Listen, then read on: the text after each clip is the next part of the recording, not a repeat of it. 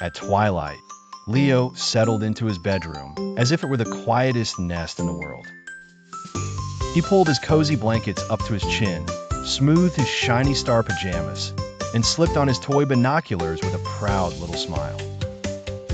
The ceiling fan made its gentle hum, and somehow the sound began to feel like a warm jungle breeze drifting through the room. The painted walls softened and slowly changed, as if they were remembering a secret dream.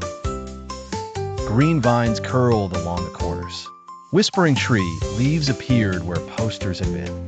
Leo blinked once, then giggled softly, because his bedroom looked less like a bedroom and more like a friendly forest waiting to be explored.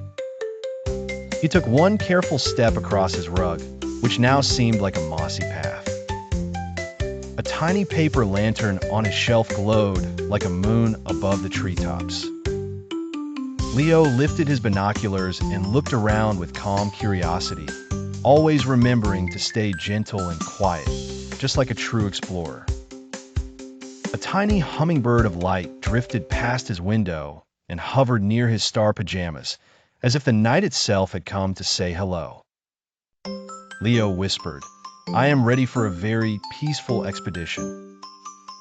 And so, wrapped in blanket warmth and forest dreams, Leo began his pajama journey, where every leaf rustled like a lullaby and every breath felt soft and safe.